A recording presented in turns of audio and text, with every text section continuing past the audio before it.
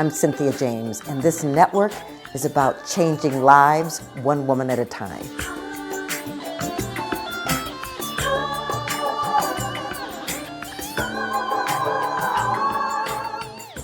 Hello and welcome to Women Awakening. I'm your host, Cynthia James.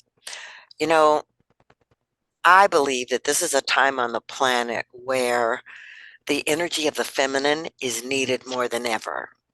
This is a time for women emerging, a time when we're being asked to step away from being a victim on any level and to stand in our power and bring our gifts and be change makers. And that's who you're going to meet in this show. Change makers, women who have said, oh no, I'm taking control of my life. I'm going to make a difference on this planet. And they're way showers, which means they're not, some person who's a bedazzled star. They are an ordinary person who's doing extraordinary things to lift this planet. So I'm grateful that you're here. We do this every week. We're on all the platforms, Spotify, iTunes, iHeart, Spreaker, Amazon. We're video on YouTube. What you can do is look for Women Awakening with Cynthia James and we'll pop up. Subscribe, please. Share the video, share the links, because I guarantee you, every woman will inspire you on some level. You will walk away with nuggets. You can also go to cynthiajames.net. That's my website. You can join my private community, or you can get gifts or see all the things that I'm up to. So I'm going to introduce you today to someone I've known for a very long time. Love her, call her friend. Her name is Kelly O'Connor. In 2010, she found her calling as an elder rights advocate while working in a local hospice. She then went on to support more than 1,000 families as a move and transitions coordinator and senior living placement advisor. Today, she is providing elder care consulting services and legacy life coaching sessions to support older adults and the families who serve them. She holds a master's degree in spiritual psychology and professional advancement certification of gerontology. She's also a certified senior advisor and certified dementia practitioner, serving on many boards and task forces to create a better world and a better future for older adults. She hosts the podcast Goldenista Social Club. Kelly, thank you so much for being here. Oh, thank you so much for that introduction. I appreciate it so much. Well, you're just inspiring to me. I want to start at the beginning. How'd you grow up? Where'd you grow up? Well, I grew up in a town at the time that was a small fishing village, and now it's a big international resort area, but it was called Destin, Florida. It still is called Destin, Florida. And it's a teeny little town, and I grew up with my two parents, with two grandmothers and two brothers. We lived in a multi-generational home, and it was a wonderful place to grow up in such a beautiful area. We grew up swimming and boating and skiing and sailing and fishing and crabbing. We just were really outdoors people, and I just loved growing up on the beach. Well, that sounds wonderful. But in a multi-generational family, I mean, is that where the spark of the fabulous aging community first had its little nudge with you? Well, it's interesting. So a lot of times in life, you don't see the nudges until much later. But I think that's definitely where the groundwork was planted. My parents were both entrepreneurs, and so they were busy working. And my one grandmother, my maternal grandmother, she lived with us since I was 5 years old. And so it was a wonderful way to grow up and have a parent that was home when I came home from school. It was a grandparent, but to have that parental figure. And she loved to cook. She was from the South, from Jackson, Mississippi, and she loved to cook. And so she would have dinner prepared for my parents and for us. I mean, it was just a wonderful way for the whole family to be engaged in supporting each other. Well, that's really wonderful. So I want to talk about, because I know a little bit about you. You had a career before stepping into this whole aging phenomenon. Tell us a little bit about that. I did. I graduated from high school in 1984, and that was when the prime of MTV was around. And I just loved everything about MTV. I loved the VJs, I loved the music, I loved the music videos, I loved the fashion, and I just thought one day I'm going to be in the fashion industry and it's going to be great. And at that time, without the internet, growing up in a small little town, to have such grandiose ideas of what I could accomplish in the world, and what I wanted to do, it was just really unheard of in the small town environment. But I had a wonderful career in the fashion industry and marketing. It was just really, really an amazing, amazing time in my life. Well, I love that. And I asked you that question because I'm very clear that you just don't drop on the planet and then you become it, whatever it is. There's an evolutionary process. So, how did you get from that to stepping into this beautiful call you have to support people that are aging and their families? Well, sometimes it's our deepest tragedies where we learn the most. And my mother was my absolute best friend on the planet. And we were so, so close. And she was diagnosed with breast cancer when she was 48 years old. And she died when she was 52. And I was in my 20s and I had two younger brothers at the time. And it was devastating for all of us. And like I said, I wanted to be in the fashion business. And so I learned from that event that life was finite and that if I wanted to live my dreams, there was no time but the present to live those. So I just went off and was able to achieve some great things for the companies that I worked for in the fashion business. But there was always this little piece of me that was tugging at my heart saying, you can contribute to the world differently and you can contribute to the world in a more meaningful way. Now, I still love clothes and shoes and fashion, but there was this piece of me that knew that I had a calling that was bigger than the life that I was living at that time. Yeah, it's so interesting. I just did another interview, and the woman was talking about those little nudges inside that are connected to our intuition and our inner knowing that are saying, well, this is nice, but have you thought about this? Or there's something more. And so, what made you listen to that and make a move? That's a really good question. What made me listen? I think that when there's a calling and it's something that pulls you forward, you almost have to say yes. And so for me, that was what the process was. I went through a time when I left the fashion business. I was laid off, actually. I was forced to leave. I wasn't forced to leave the industry, but I was forced to leave my job that I love so much. And so I started volunteering for a hospice because I thought this would be my time that I could give back to the people that gave so freely to my family when my mom was going through her transition. And so I started volunteering for hospice, and there was a gal that called me, and she said that she held my resume for 4 years. Now, I don't know who does that, but she held my resume for 4 years, and she called me and she said, I think you need to be in the senior living business. And at the same time, I had been praying for a purpose.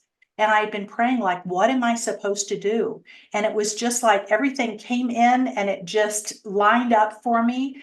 And I ended up not getting the job that she was calling me about, but I asked her to be my mentor. And I had the courage to say, okay, you didn't give me the job, but I think I'm supposed to be in this industry too. What do I do? Wow. Well, it's so interesting. Ladies, if you're listening, I just want you to know, you know, it's not a straight line to where you want to be. That what she just described was somebody held her resume for 4 years, reached out, and that wasn't the job for her, but it was the beginning of what became this amazing career.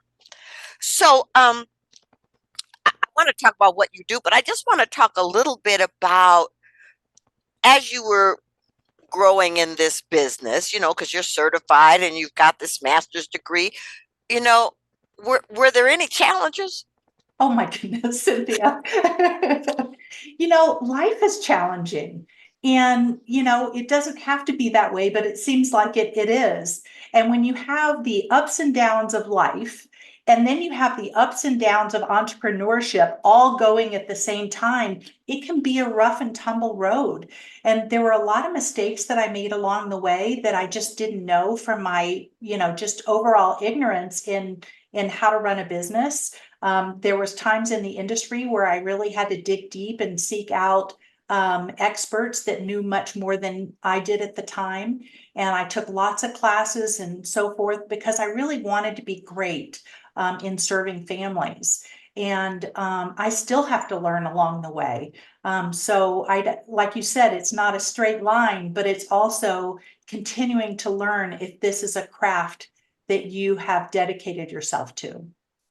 Yeah, and one of the things I have really noticed about you that has been so incredible is that you have a willingness to learn and grow, but you have a willingness to invest in whatever it's going to take to get you where you want to go. And I just think that's so important because, I want to talk about what you do to help families because now I know you're consulting, but that can be a large range of stuff. What's your focus? So my focus is really helping busy professionals that are worried about their older parents. And that is my number one focus. So people come to me and they say, I'm worried about my mom. Her life has gotten a lot smaller. She doesn't seem to be managing her home as well. What do we need to do? She doesn't want to talk about it, or sometimes it's the adult children that don't want to talk about it. And so that's really where people come to me. And I serve them in two different ways. One, I can work with the older adult in life coaching, and that's been tremendous. Or I can help them in the elder care consulting world. And the elder care consulting can be just mediating and navigating family conversations. It can be helping them find the right resources to put together to have a really solid care plan so that everyone in the family knows what their roles, responsibilities are, and that they have really good vetted resources. And then I also do senior living placement, which is helping people find the right placement agent to be able to help them along their journey to find the right senior living community. And what's been great with the advent of Zoom is I'm able to do this all over the country to help families, not just locally, but throughout the country, which has been wonderful. I just have an assignment right now to find some resources in Katy, Texas. Now, I've never been to Katy, Texas before, but I look forward to meeting the professionals there that will be able to serve my client well. Well, I just am so grateful that you're doing this. There's a lot of us baby boomers on this planet, and we don't think we're aging. We think that, we think that we got all this time left, and oh well, isn't that interesting? And some of us are caregivers of our parents, and then some of us have children who are like, how do we take care of you when all, so I love what you're doing. My question is, though, if someone comes to you and they don't have a lot of financial resources, because one of the things I noticed was that a lot of baby boomers haven't put aside the money for their aging. So what do you tell them? Well, it's really tough because, in a lot of ways, money does make the healthcare system run. And so we're really lucky that we do have the Medicare program and we have the Medicaid program when people have exhausted all of their financial resources. And so what I do is we really have to gently walk through the process to get people, first of all, to tell the truth. And to do that in an environment where they can be supported and they don't have to feel shame about what they've done and haven't done as far as their financial decisions are concerned. And then we're able to gently put together a plan to help them use the resources that they do have to their maximum benefit. And there's strategies and techniques that I've learned over time to help them. So you're you're really educating people along with consulting. You're educating them possibilities. Correct. And there are so many possibilities. And what I love about the baby boomers, I'm a Gen X only by 2 years, so I'm almost a boomer. But what I love about the boomers is they're so creative, open-minded, and willing to find creative strategies in order to make life work for them. There's a lot of co-housing opportunities that are happening that in generations before people would not have been open to. But there's a lot of companies that have come up around the country that are helping people use the assets and resources that they have to their best benefit. And so, sometimes you got to dig deep and get creative, but it's all worth it, in the end when you have a plan that you can really trust. Well, I think it's so wonderful. So, you know, uh, um, I have a friend who deals with caregiving, and one of the things that oh, you know her too, but one of the things that she talked about was that people um, think they have plenty of time to plan, and then there's a crisis. What do you want this audience to know about the importance of planning? The importance of planning, it is one of the biggest gifts that you can give to your family is by putting a plan in place. Even if it's a plan A, a plan B, and a plan C, at least they know what the roadmap is. And to go ahead and start vetting resources of people that you can trust so that when that time comes, your family is supported in being able to make really empowered and confident decisions around your care. If you haven't had any conversations about this, it is a crisis. And then all of a sudden, you're having to listen to whoever's advice is first and most available in order to make those decisions. And those can be costly financially and emotionally. And so that's what I really tell people. One of the biggest gifts that you can give your family is having conversations about caregiving and about care planning. Well, that's really important. So you're dealing with people a lot of times in highly emotional states. I want to know, what are you doing for you Mm. to be able to balance not taking on all that energy and still taking care of you in the process? Yes, well, you'll be glad to know I've really spent the last couple of years focusing so much on my own self-care as a practitioner. I found that, in working with the volumes of people that I do with all of their energy, I really struggled with being able to set up those energetic boundaries and also just some of the emotional and intellectual boundaries because I would think and worry about my clients all the time. And so what I've done is I've carved out a morning practice that has become so sacred to me, where I wake up in the mornings. I'm waking up much earlier than I ever thought I would ever wake up.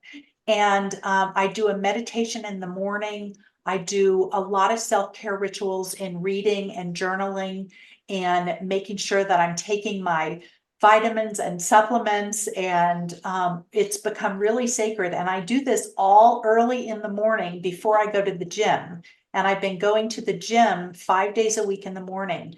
Now, I was one of those people that if you told me I needed to be somewhere before 10 o'clock, I would be just waking up. So for me to do this for myself, it really has become important because I want to serve more people. Like I know that this is my purpose on the planet. And in order to be able to serve more people in a graceful way, I need to make sure that that self-care is taken care of in the morning before I start interacting with the world. Well, I'm so glad you said that because, that's a non-negotiable for me. I mean, I've been doing that for years as well. And it sets my mindset, my energy level, my frequency. And so I love that you're doing that. And anybody who's listening, to do something for you to support and uplift your consciousness before you get out of your house. Oh, and by the way, that gym business, a lot of people don't like to go to the gym. I mean, I live in the mountains and I walk a lot, but I go to the gym 3 to 4 times a week on top of the walking because this body is the only one I've got, and taking care of it is important. Tell me about Goldenista Social Club. So Goldenista Social Club is my passion project. And so when I started to think about who I wanted to be in my later life, I was thinking, I don't want to be an old lady that people just sort of patronize and, oh, there's that Kelly person. I'm like, I want them to know that I'm this vivacious, sassy, engaged woman in the world. And I hope that I will be that way in my later life. And so I created the name Goldenista, a fashionista in my golden years. And I was like, this just to me is the perfect definition of who I want to be in the world. And so I've created the Goldenista Social Club. We did a first season of the podcast, and it was interviewing older adults. And then the second season is getting ready to come out, and I'm interviewing people in their 50s, 60s, and 70s, so a little bit younger than the people I interviewed before, to really talk about aging and community and friendship and what it means to have our own individual style and our own individual mark on the world. So it's something I hope that you'll come and be on my podcast too. Oh, I would love to be on your podcast because I think I fit that. Well, I just, I want to just say, being an entrepreneur, which you are, is not for the faint of heart. And so it takes a lot of time, takes a lot of energy, takes a lot of money. How do you balance that with your personal life and being able to have harmony? Wow. How do I balance it with my personal life? So much of who I am in the world is an elder care consultant. It's just who I am. So part of everything that I do is surrounded around, like every dinner party that I go to, we're talking about elder care consulting. It ends up being that way. Like I try not to have the conversation go in that way, but people really want to share about the sacred time that they have with their older adults. And so, I make sure I have Sundays are a sacred day for me. And so I make sure that Sundays are let's say assigned. I schedule it out for me and my significant other and my beautiful puppy, Herbie Buddy, Love Bug. I love that dog. And we make sure that that's really a sacred day. And so I do work 6 days a week, and I'm lucky that my life is situated that I can do that. And so I just make sure that I hold my sacred times. I don't work before 10 o'clock.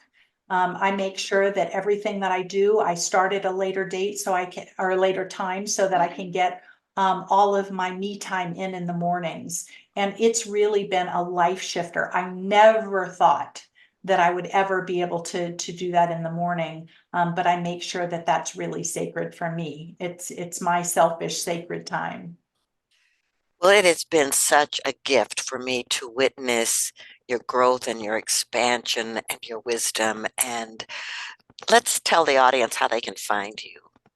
Well, you can find me at kellyo'connor.com, and my O'Connor is spelled with an O-R. So I always make sure for people to know that it's Kelly O'Connor with an O-R at the end, or mylegacylifecoach.com. I'm also very active on LinkedIn, so people can reach out to me there. And my email address is kelly@seniorcarekelly.com. It's all spelled out, Kelly, Kelly, at seniorcarekelly.com. Well, all right. Anybody out there who's aging or might be supporting somebody who's aging, I hope you wrote that down because she's the best at what she does. Thank you, Cynthia. So I ask the same last question of every guest on this show. This show is called Women Awakening. What do you think is the most important thing about women awakening on the planet in this moment? At this moment, I think it's for women to pay attention to those nudges. You mentioned that earlier, to pay attention to those little nudges on where can I give more, where can I contribute more. And as we continue to do that, to show up, to use our voices, there is tremendous opportunity for us to make change. And so I really look forward, I've been a big fan of your podcast for a long time, and I really look forward to each time one of these episodes drops, because I learn a little bit from everyone. And I think that's where we can really learn from each other and to continue to grow and expand and continue to say yes to each one of those little nudges. Well, thank you so much. I think that is so important. And I'm so grateful to know you, Kelly, to see what you're doing in the world and that you're following your passion. It's a beautiful thing. Thank you so much. All right, ladies, I end this show the same way, using different words. I want to remind you of who you are, how incredible you are, how there's something inside of you that wants to be birthed and brought onto this planet so that you can fulfill your destiny. You don't have to know how to get there, just follow the nudges and the nuggets. I'm grateful that you're in my life. I'm grateful that you're a part of this podcast. I love you, and I will see you soon.